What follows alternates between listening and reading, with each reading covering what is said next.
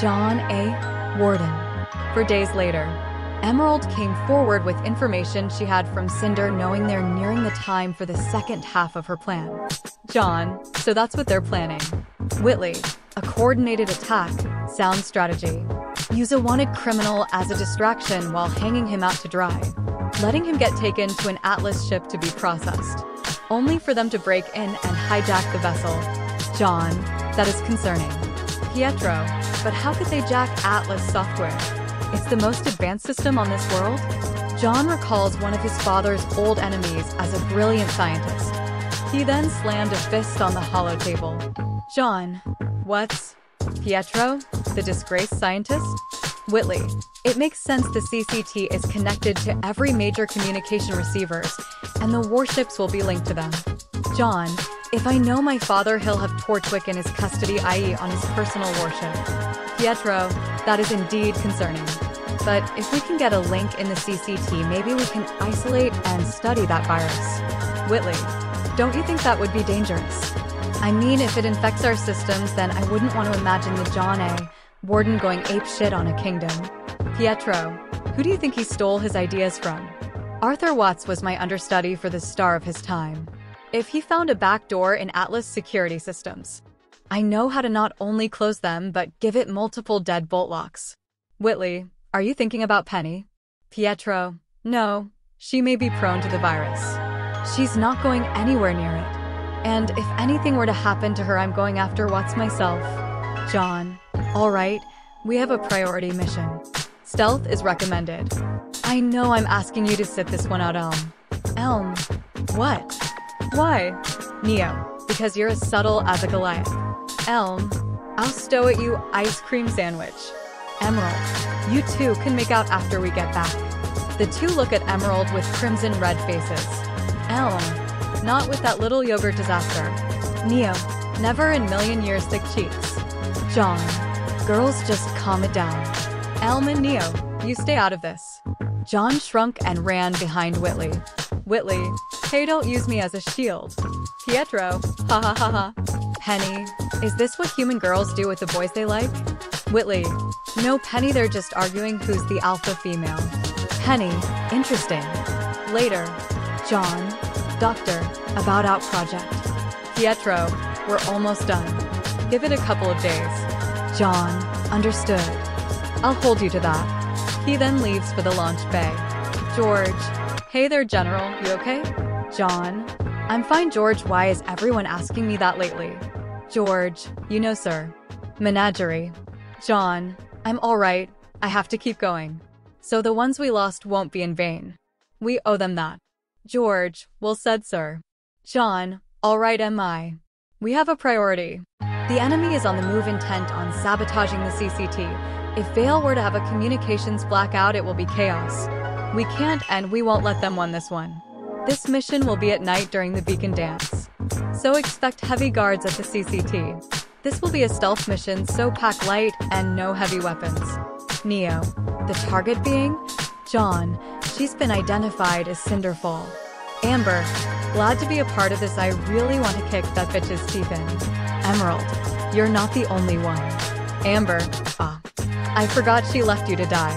Emerald, yeah, and she's gonna be close to dead when I'm finished with that power monger.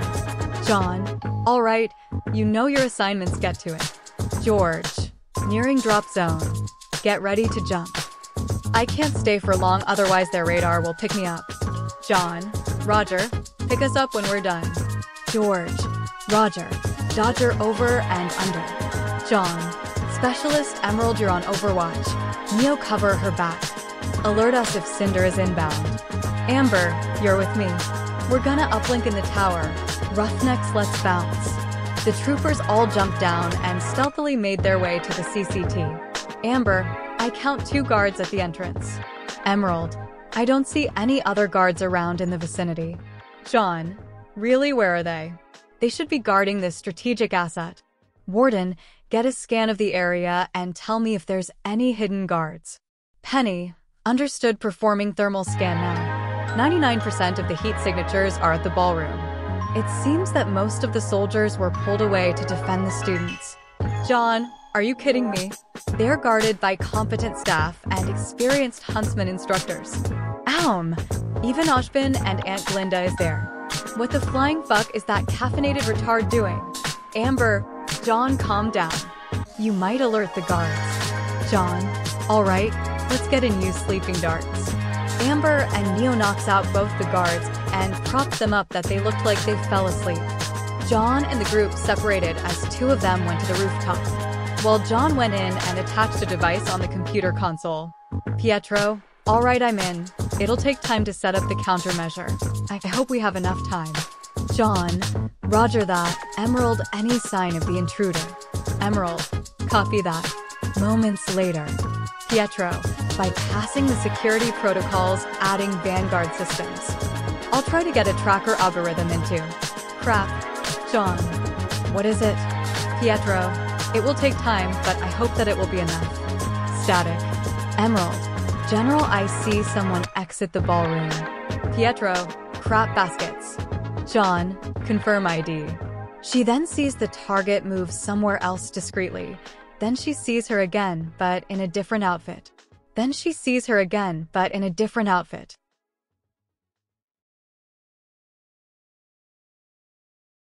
Emerald, target confirmed. It's Cinderfall. Jaune, damn. Doctor, status? Pietro, it's halfway done. Try install her while she plugs in. Then the doors open to reveal a woman clad in black. She then inserts something into the console. Pietro, I'm in. Beginning hack. Buy me some time, Jaune. Jaune then steps out from his hiding place, signaling for his teammates to wait. Jaune, so now you're trying to topple kingdoms? You're sure ambitious. Cinder, you. The constant thorn in my side. Why do you do it? What's the point? In the end, the Grimm are the lords of these lands. Jaune, wouldn't you think the Grimm will just accept you? Pietro, 69%. Cinder, I will have the power to rule them. And I will crush this world under my heel. Jaune, for what? Cinder, excuse me? Jaune, for what is this all for? In the end, you are only one human. Do you really think any of all Grimm will bow down to you?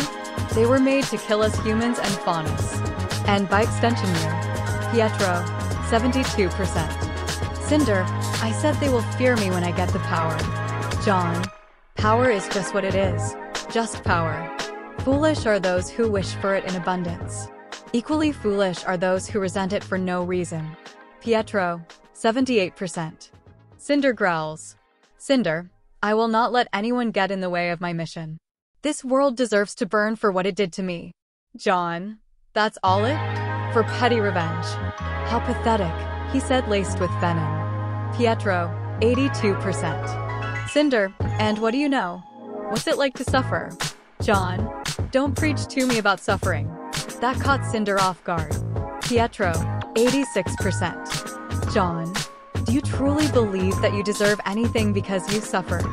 To think that you are owed anything because of the pain? To truly be blessed, you must be worthy. Because you rise above your selfishness and become something more.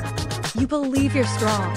No one is truly strong enough. There will be someone else who's stronger than you. Pietro, 94%. Jaune, you must be strong and smart. But all I see is a whiny child blaming others for something she can't control. And desires to burn everything just to get what she wants. The only thing you truly deserve is nothing. Because you are less than nothing. You're utterly worthless. Cinder was fuming. Pietro, 99%. Jaune, I will give anyone the benefit of the doubt. My sympathies, my pity, and my compassion. But you? I am all out of mercy. Cinder felt a twinge of fear at how malicious his voice was. Pietro, 100%. I got the algorithm and we can track her now, and I've isolated the virus. But it will show her that the transfer was successful. Jaune, understood, all units let her escape, but make it look convincing that we're trying to kill her. Emerald, you don't have to order me to do that. Amber, you don't have to convince me otherwise. Cinder took the scroll and tried to escape, but her exit was blocked by Amber and a few troopers. Amber then smacks her in the side of the head with the butt of his rifle as Cinder tries to recover. Then the elevator doors open to reveal Ruby Rose. Ruby, wah. Hold it right there. The troopers turned to her weapons trained. Cinder used the distraction to jump out the window. Then the troopers ignored the child and jumped down as well. RWBY, HUY, Beacon Courtyard. Cinder was running until a group of Atlassian soldiers and knights along with some students arrived and blocked her means of escape. Then the troopers arrived with weapons up. Then the Atlasians respond. Ironwood, intruder surrender or be prepared for excessive force. Jaune then walked past his troopers. Jaune, back off, she's our responsibility. Cinder then threw a smoke bomb and runs through the mist. But Jaune and his troopers can see that she was escaping, but orders were to let her. They needed leads. Ironwood, son. Then all the students looked at the young man. Then his helmet collapsed, revealing. He was weathered, missing an eye's face filled with scars as a section of his hair whitening. Jaune. Ironwood. Ironwood. Jaune, please listen to me. The day I. Jaune. Beat me? To shut me up from my own opinions? Ironwood. Jaune. Don't refer to me by your name. I am Jaune Rico, General of the Federation's Mobile Infantry Corps. Ironwood. I know I haven't been a good father as of late. Jaune just chuckles. Jaune, you've never been a father, period. Ever since you sent me to boarding school. You may not have the time for me, but Mom, even with her senator status, was able to find time for me. The onlookers was enjoying the drama. Ironwood, I was just trying. Jaune, that's exactly the problem. Trying isn't enough. You live in the comfort of the clouds. Here I stand amongst the people. You can't tell me I'm selfish while you have been selfish. I am not you and I'll never be you. Then another voice came out. Oshban, I believe this family drama should be resolved in private. Then a blur flew past him and smacks into Jaune. Robyn, you are in so much trouble, young man. As she said with tears in her eyes, she then hugged him tight. As Jaune stood still, unsure as his arms were still apart from his mother until he slowly embraced her. Jaune, I missed you too, Mom, and I'm sorry. The night ended as the mobile infantry was now stationed in Beacon as Jaune was reunited with his family. The question now is if Whitley is prepared to reveal himself.